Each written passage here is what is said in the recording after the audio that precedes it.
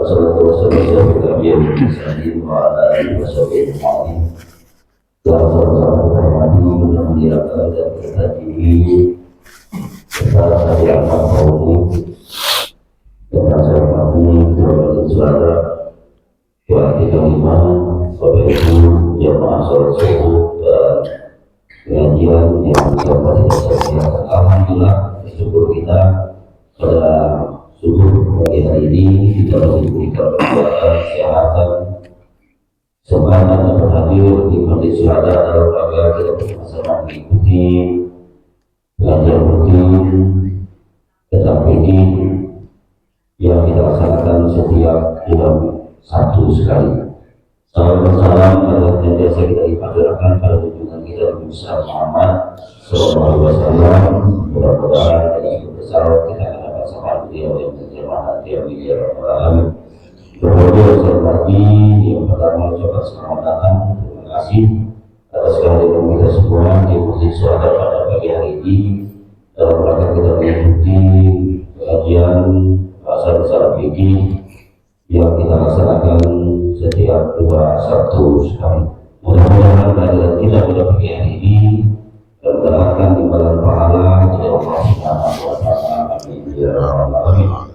Yang kedua, perlu kami sampaikan ke Bapak Ibu hadirin jemaah sholat subuh berjamaah pagi hari ini di lokasi dan di makam telah berbulan rahmatullah Ibu ayah bertuan dari saudara kita Bapak Haji Muhammad Syafi'i yang insyaallah nanti akan dikemudikan di Kalimantan. Oleh karenanya mohon kiranya nanti kita bersama-sama mendoakan almarhum Bapak Waluyo bin Nawi Jaya. Bapak Ibu yang kami hormati, setelah melaksanakan pengajian nanti kalau kita masih ada waktu, kalaupun nanti ada yang kurang jelas dan perlu kita diskusikan dengan narasumber nanti kita dapat kita pertanyakan. Namun kalau waktu nanti mungkin tidak mengingat lagi, kita nanti akan bersama-sama mungkin malam dan ngobrol bersama di teras masjid. Oleh karenanya bisa kita ngobrol kembali dengan Pak Ustaz Haji Ahmad Bawi. Bapak Ibu yang saya hormati, untuk menyingkat waktu mari kita bersama-sama membuka menjadi mengucap wassalam. Bismillahirrahmanirrahim. Kepada Al-Mukarram Bapak Ustaz Haji Ahmad Bawi, waktu tempat kami persilakan.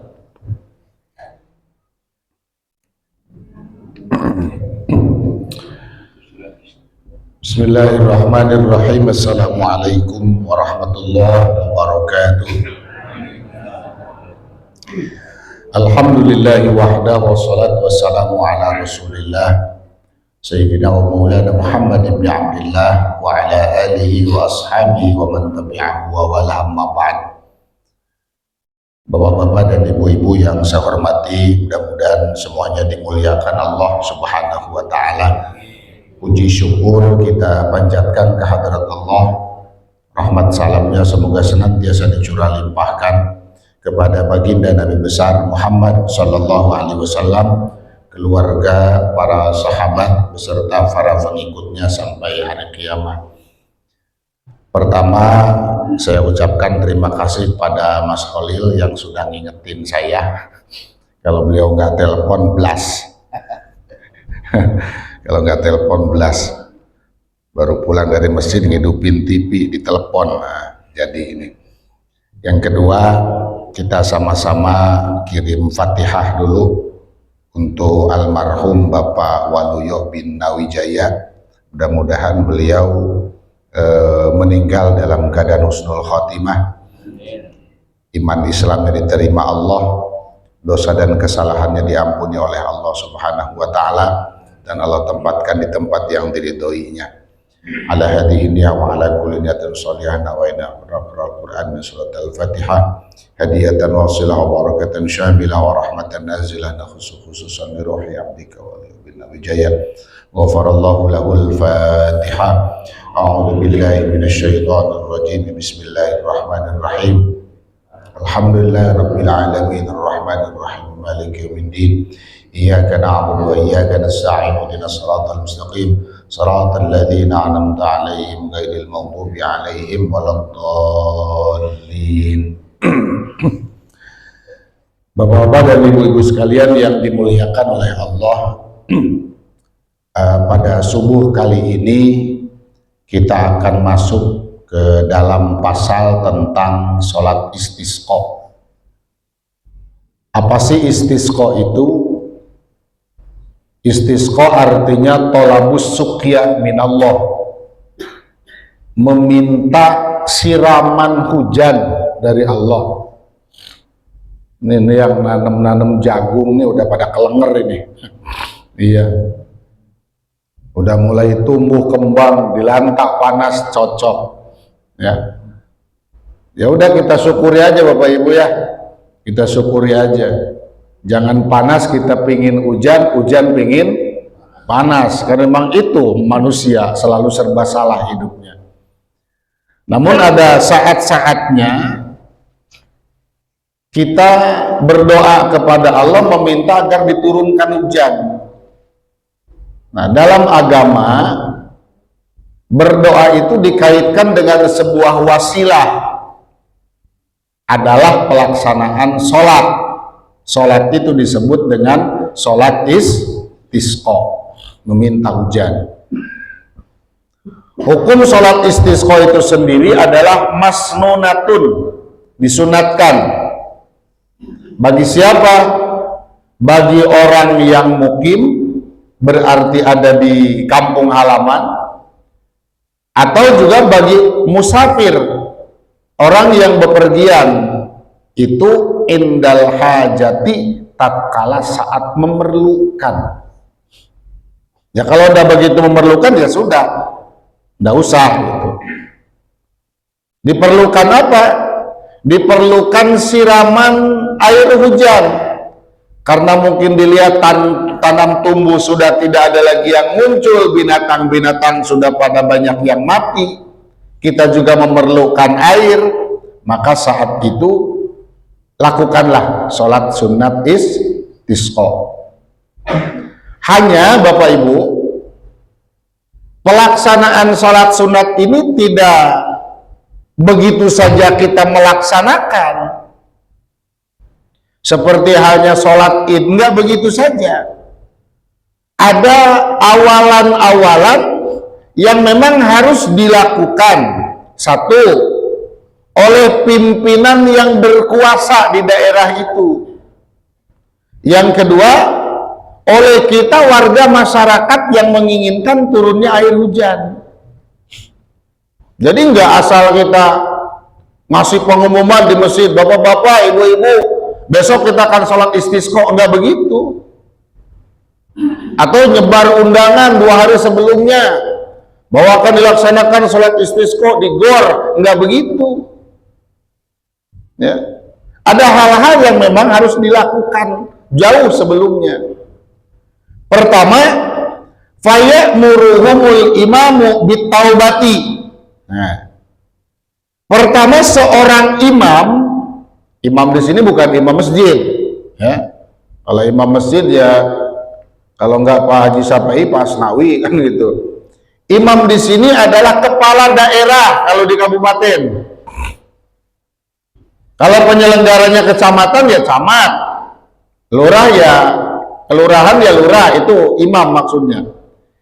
Imam memerintahkan kepada seluruh warga masyarakatnya untuk bertobat. Ya bukan sekedar dia nyuruh aja, dianya yang mimpin untuk bertobat kepada Allah. Jangan nanti masyarakat yang suruh tobat, ya dianya sendiri sama bawahan anak-anak buahnya ya nggak ada yang tobat, sama aja. Kenapa sih pertama harus bertobat kepada Allah? Karena salah satu di antara yang menghambat rahmat Allah, yang menghambat rizki dari Allah, itu adalah dosa. Jadi kalau rezeki kita agak tersumbat, jangan menyalahkan siapa-siapa. Jangan menyalahkan pagar di depan rumah, ya. Jangan menyalahkan bunga ini salah ditanam, jangan. Itu karena dosa dan kesalahan kita. Kan kita pernah mendengar tuh kisah dua santrinya Syekhona Khalil Bangkalan. Satu pedagang, yang satu petani. Yang pedagang ini dagangnya udah mulai kalang kabut, ya. Dagangnya udah mulai kalang kabut, udah hampir gulung tikar. Yang petani juga begitu, harga jual hasil buminya ya merosot. Pokoknya udah rezekinya seret deh orang dua itu. Kedua-duanya datang, tujuannya kan beda. Yang satu bagaimana supaya dagangnya lancar, yang satu lagi bagaimana supaya hasil tadinya melimpah. Tujuannya berbeda. Datang suan, cerita persoalannya, minta doa. Kedua-duanya dikasih lipatan kertas, jangan dibuka kecuali nanti di rumah. Begitu sampai di rumah dibuka, hanya disuruhnya banyak-banyak istighfar kepada Allah. Kalimatnya istaghfiru rabbakum innahu kana ghaffara. Yang satu lagi dibuka sama. Akhirnya saling berkunjung, kok sama padahal masalah kita dua ini beda. Datang lagi ke Syekhona Khalil, kenapa disuruh istighfar? Kata beliau, yang bisa menghambat rahmat Allah dan rizki itu adalah dosa. Maka hapuslah dosa itu. Banyak-banyak istighfar, banyak-banyak bertobat gitu. Jadi pertama tuh imam, pemimpin harus mengajak dirinya dan orang-orang di sekitarnya untuk bertobat kepada Allah. Yang kedua, was-shadaqatu. Imam bukan hanya sekedar memerintahkan untuk bersedekah, bertobat, tetapi juga perintahkan dirinya dan orang lain untuk bersedekah. Ada hubungan apa sedekah dengan kita meminta hujan kepada Allah? Di antara amalan yang nyata, betul-betul terasa, itu adalah sedekah. Tanfa'ul bala, bisa menolak bala. Yang kedua, sedekah itu kan manfaatnya dirasakan orang lain, nilainya balik kepada diri sendiri. Dan lewat sedekah itulah wasilahnya Allah akan menurunkan rahmat kepada hamba-hambanya yang mau bersedekah. Dengan apa sedekahnya? Ya, apa yang kita miliki. Sedekah itu, maaf Bapak Ibu, sedekah itu tidak mesti dengan uang kan? Tidak mesti. Ya kalau ada, boleh silakan. Tapi ketika tidak ada, dengan ilmu juga bisa. Ilmu juga nggak ada, cuman tenaga. Dengan tenaga juga bisa. Tenaga nggak ada nih, bisanya cuma nyupot aja, ngasih motivasi aja. Sedekah dengan itu. Artinya apapun kebaikan yang bisa kita lakukan, manfaatnya dirasakan orang lain, itulah sedekah. Enggak bisa apapun, nyengir aja dengan orang lain, senyum aja dengan orang, kan sedekah tuh. Tabassumuka fi wajhi akhika shadaqatun, tuh kan? Senyumnya kamu di depan muka saudaramu itu adalah sedekah. Saking nggak punya apa-apa, bisanya nyengir aja, itu udah sedekah.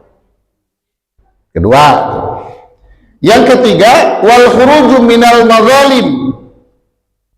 Nah, si imam, pemimpin, mengajak dirinya dan seluruh orang-orang di sekitarnya, warga masyarakatnya, untuk keluar dari perbuatan-perbuatan zalim. Berhenti keluar dari perbuatan-perbuatan yang salah. Jadi betul-betul dibersihkan dulu. Kalau ada yang masih berbuat maksiat, tindak. Kalau ada yang masih judi online, tindak. Ya. Kalau masih ada yang selingkuh, tindak. Pokoknya udah. Kalau masih ada yang maling, tindak, bersihkan dulu tuh. Jadi nggak gampang Bapak Ibu mau sholat istisqa itu. Berhenti dulu dari perbuatan-perbuatan kriminal atau menganiaya orang lain lah udah bahasanya. Terus kemudian yang keempat, wa masalihatul a'da'i. Nah, yang punya problem tetangga dengan tetangga, satu dengan yang lain, islah dulu. Jadi yang lagi nggak seteguran, yang lagi bermusuhan, semaafan dulu. Beresin dulu perkara hak adami kita. Ini udah seminggu nih nggak seteguran, kan kata Nabi maharam itu. La yahillu li muslimin an yahjura akhahu fawqa thalathi layalin. Haram hukumnya bagi seorang muslim bertengkar, bermusuhan di atas 3 hari. Jadi kalau mau bertengkar itu jangan lewat dari 3 hari, sehari aja. Kalau mau bertengkar jangan lewat 3 hari, 2 hari aja cukup. Udah itu bai'an, maafan. Lewat dari 3 hari haram. Jadi semaafan dulu, islah dulu dengan orang-orang yang memang kita tidak baik dengan orang itu. Jangan diperpanjang persoalannya. Terus yang kelimanya, wasyamu thalathati ayyamin. Puasa dulu 3 hari. Berarti kan waktu pemberitahuannya ini nggak singkat Bapak Ibu. Bisa dari sebulan sebelumnya. Misalnya ini tanggal 11 nih. Kita mau istisqa tanggal 11 Agustus. Ini tanggal 11 ini sudah pemberitahuan.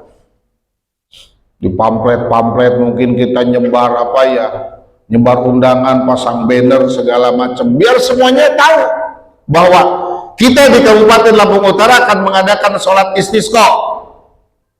Yuk, himbauan, ajakan, disosialisasikan dari pemerintah. Suruh bertobat, bersedekah, berhenti dari perbuatan maksiat, terus islah dengan sesama.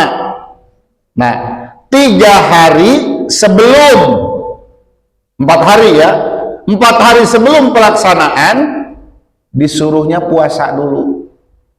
Berarti kalau 4 hari sebelum pelaksanaan tanggal berapa tuh?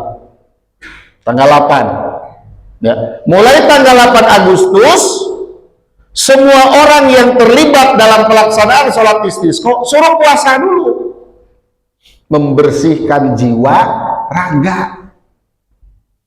Dosa udah kan, tobat tuh selama berapa hari itu bertobat, berhenti dulu dari perbuatan maksiat, sedekah terus semampu kita, puasa, pembersihan jiwa raganya.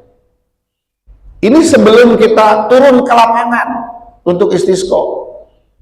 Baru nanti setelah 3 hari puasa, hari yang keempatnya tsumma yakhruju bihim fil yaumir rabi.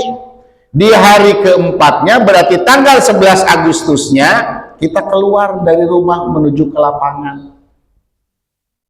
Keluar nggak pakai baju bagus Pak. Keluarnya nggak pakai baju bagus Pak. Kalau bisa mah jalan kaki. Kendaraan-kendaraan mewah tinggalin dulu. Ya taruhlah karena jauh, ya pakai mobil jadilah, karena kalau jalan kaki mau kapan nyampenya kan. Tapi bajunya nggak baju mewah, nggak baju bagus Pak. Keluar itu fi thiyabin bidlatin, menggunakan pakaian yang jelek. Itu syaratnya. Jadi nggak begitu saja 2 hari pengumuman, yo sholat istisqa himbauan, yang nggak ikut nanti kena sanksi, nggak begitu. Pakaiannya pakaian jelek. Kenapa pakai pakaian jelek? Kita kan mau ngemis. Ngemis sama siapa? Ngemis sama Allah. Masa pengemis pakai jas, pakai dasi? Hah? Kan itu pengemis masa kini, bukan pengemis miskin. Kalau begitu mah namanya kita mau ngemis pakai pakaian jelek, gairi mutatayyibin, tanpa wangi-wangian lagi, tanpa wangi-wangian, wala mutazayyinin, nggak usah dandan ibu-ibu kalau mau sholat istisqa, pakai bedak, blush on, lipstick, bulu mata segala macem, nggak usah. Ya udah layaknya pengemis, bagaimana sih? Pakai pakaian yang jelek menurut kita, udah gitu aja. Jangan pakai sesuatu yang sangat-sangat bagus, jangan. Terus wastikanatin, keluar rumah dalam keadaan khusyuk, wa tadarruin, merasa hina di hadapan Allah. Ya udah anggap aja kita pengemis di hadapan Allah karena kita mau ngemis, minta kepada Allah betul-betul. Semuanya keluar tuh, mulai anak kecil, orang tua, ya, termasuk bahaim. Bahaim itu binatang ternak yang bisa kita kendalikan.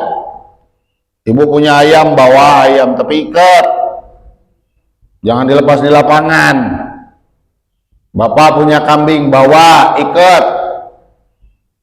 Sampai maaf, anjing sekalipun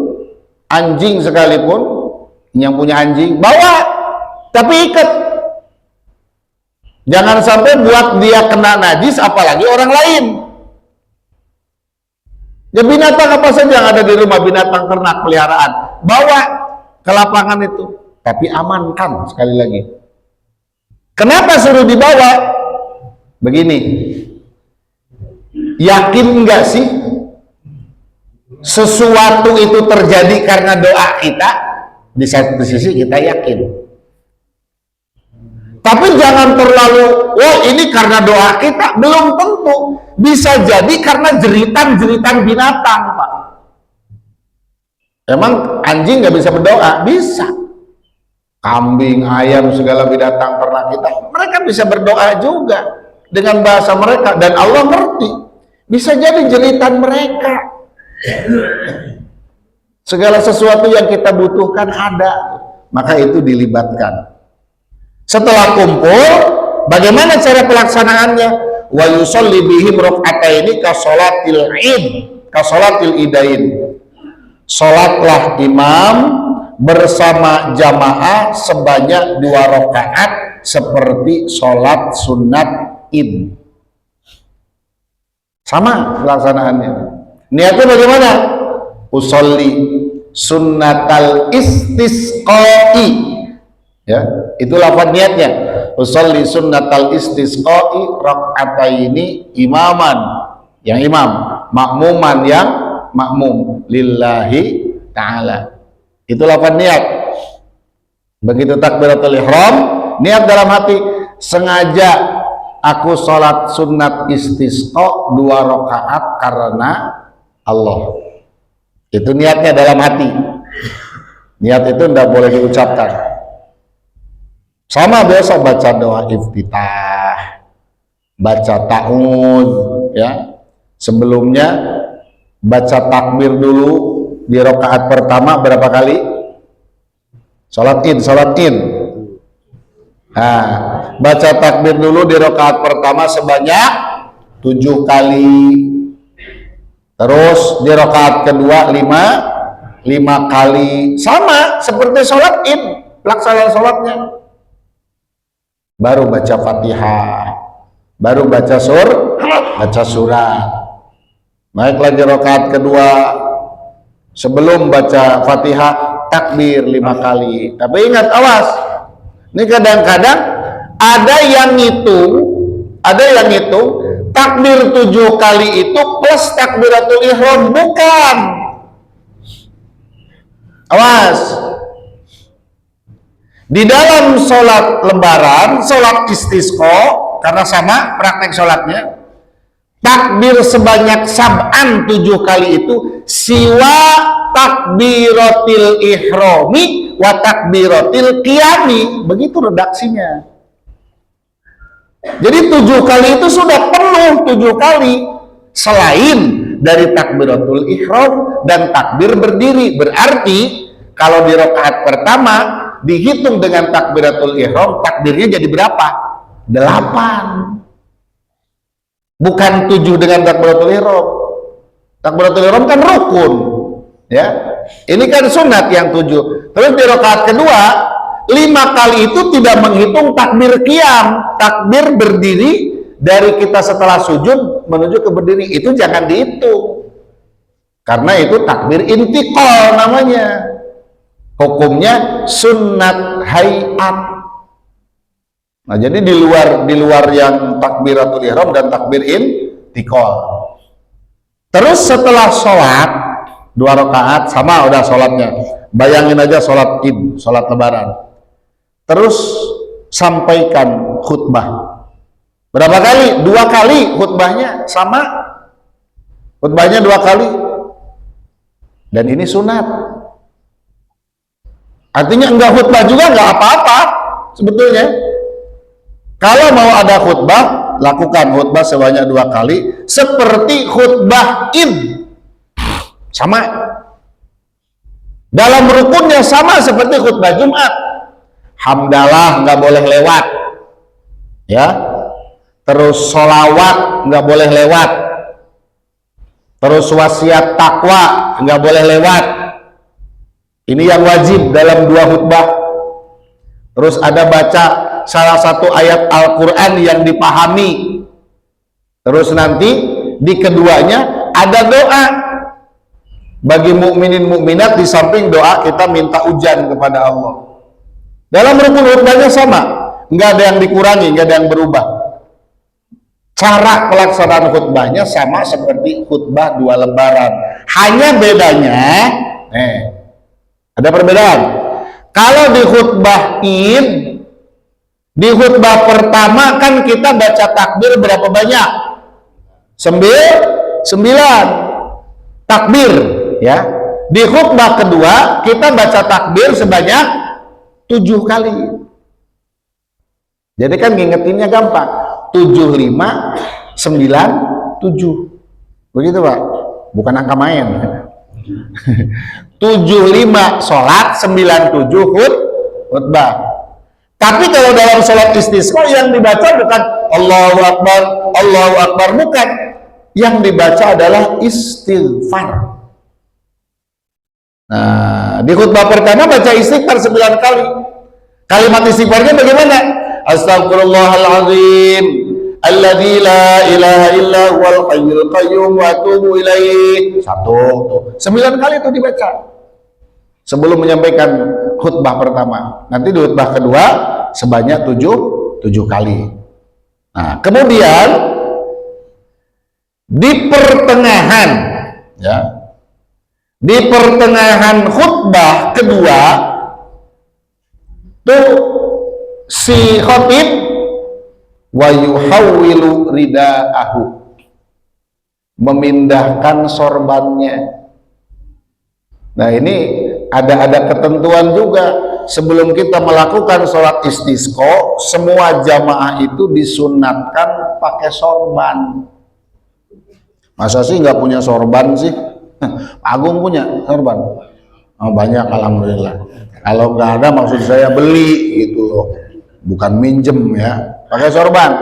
Kenapa? Nanti di pertengahan khutbah kedua itu si khatib bukan menghadap ke jamaah, tetapi menghadap ke kiblat. Ada perubahan selendang atau sorban yang dipakai oleh masing-masing, dirubah. Cuman cara makainya juga beda. Cara makainya nggak asal di begini aja, tapi agak disilang. Mana yang punya bawa sorbannya?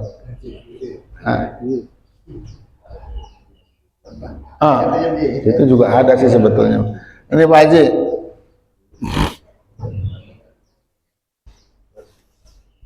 Saya acak-acak ya, maaf ya.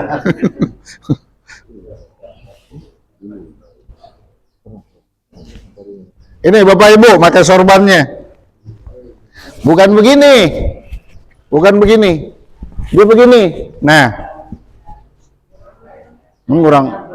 Iya kan bahasanya tadi selendang. Ya. Begini pakai sorbannya. Yang kiri di atas, yang kanan di bawah ketiak. Ini nanti ketika di pertengahan khutbah kedua, terus si khatib ngadep kiblat. Ini posisinya dirubah. Yang kiri tadi di atas jadi di bawah, yang kanan yang di bawah jadi di atas, di kiri. Lihat cara ngerubahnya. Nggak susah kok. Yang penting tenang. Kalau nggak tenang susah. Yang penting tenang. Ini pegang dengan tangan kanan yang di kiri, megangnya awas jangan salah. Nanti tangannya bisa ngebelibet. Ya, nah, ini ke sini, ini tinggal ke sini, tuh. Kan berubah tuh. Ini tadi di atas, jadi di bawah. Ya, innalillah. Ini nggak kelihatan nih.